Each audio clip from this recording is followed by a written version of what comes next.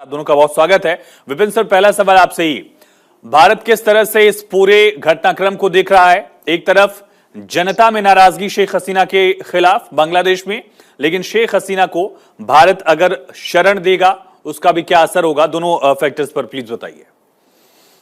जी देखिए, सबसे पहले तो इस समय जो चिंता का विषय बना हुआ है कि जो अल्पसंख्यकों को पे हमला बोला जा रहा है, वहां पर उनके घर जलाए जा रहे हैं, आगजनी चल रही है, उग्रवाद अपने चरम पे है।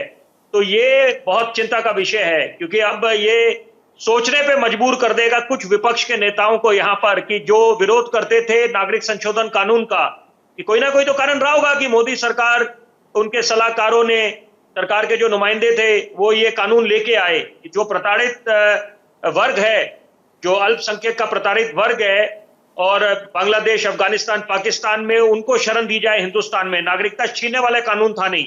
बहरहाल इस समय बड़ी चिंता का विषय यह है कि यहां पर अगर हिंदुस्तान शरण देता है शेख हसीना को, तो उसका क्या प्रोज एंड कॉन्स है, मतलब कि उसका क्या पॉजिटिव है, क्या नेगेटिव साइड रहेगा। क्योंकि यहां पर यह बात है कि पॉलिटिकल असाइलम दिया जाता है, लेकिन बाकी मुल्कों में, जैसे हम लंदन की बात कर रहे हैं, बड़ी बारी हुआ है। अब नवाज शरीफ को देखो, पाकिस्तान में तो एक इतिहास रहा है मिलिट्री कूच का, तो वहां पर तख्ता पलट दिया जाता है एकाएक, और वहां पर भी ये भी किसी को बताने की आवश्यकता नहीं कि पाकिस्तान की जो सरकार है वो किसके हाथों कठपुतली है, वहां की फौज के।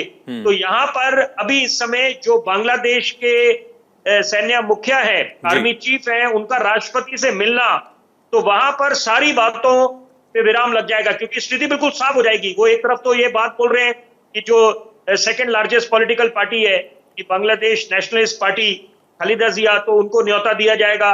तो यह क्या होगा आगे, क्योंकि क्या ये प्रजातंत्र कायम रहेगा या मिलिट्री के हाथों ये चलेगी सरकार, मतलब ये एक प्रेसिडेंट्स रूल होगा? कि ये कई बातें हैं यहाँ पर कि जो अभी इस समय पैनी नजर हिंदुस्तान लगा के बैठा हुआ है। लेकिन इस बीच ममता बनर्जी का ये बयान आना बहुत अच्छी बात है, स्वागत योग्य है कि वहां पर ये बात बोल रहे हैं। जब ये शांति की, यही नेताओं से अपेक्षा करी जाती है कि भले ही हमारा तीस्ता वाटर्स को लेकर एक वाद विवाद रहा है बांग्लादेश के साथ, उनके साथ हमारा जो बायलैटरल ट्रेड है वो $14 बिलियन का है, और इसका आप अगर तुलना करें चीन से, वो $18 बिलियन है।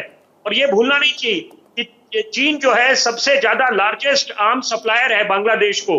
तो यहाँ पर एक तो पहली बात है कि रीरन है ये, जो श्रीलंका में हुआ था 2023 में, जब सड़कों पे आंदोलन करता आगे थे और बद से बदतर स्थिति हो गई थी।